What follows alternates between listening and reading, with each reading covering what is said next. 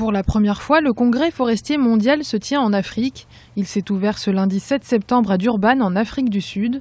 Organisée une fois tous les 6 ans, cette 14e édition a pour thème « Les forêts et les peuples, investir dans un avenir durable ». Aujourd'hui, si cette conférence se tient en Afrique, c'est parce que les problématiques sont d'actualité en Afrique. L'Afrique perd beaucoup sa forêt. Et deuxièmement, dans un contexte aussi de COP 21, la conférence des parties, dans le cadre de la Convention cadre des Nations Unies pour le changement climatique, c'était peut-être aussi important. Aujourd'hui, je sais d'autant plus l'actualité que ça se pose en Afrique, parce que les pays africains sont de plus en plus aussi impactés par le changement climatique.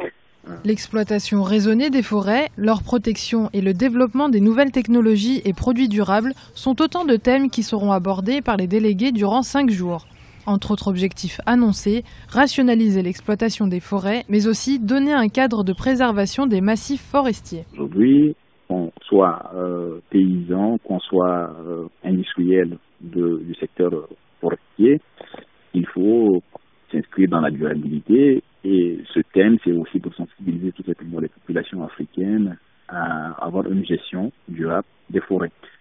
Il y a souvent, on se trompe, on pense que ce sont les populations locales directement dans les forêts, par exemple les pygmées qui détruisent le plus les forêts. Je pense que c'est faux, c'est plutôt une exploitation industrielle des forêts qui amène à la déforestation, et que les personnes à sensibiliser sont beaucoup plus les industriels, beaucoup plus les populations urbaines dans leurs besoins de charbon et tout ça. Donc il faut sensibiliser, et peut-être moins les populations rurales qui, elles, au contraire, perdent leur habitat.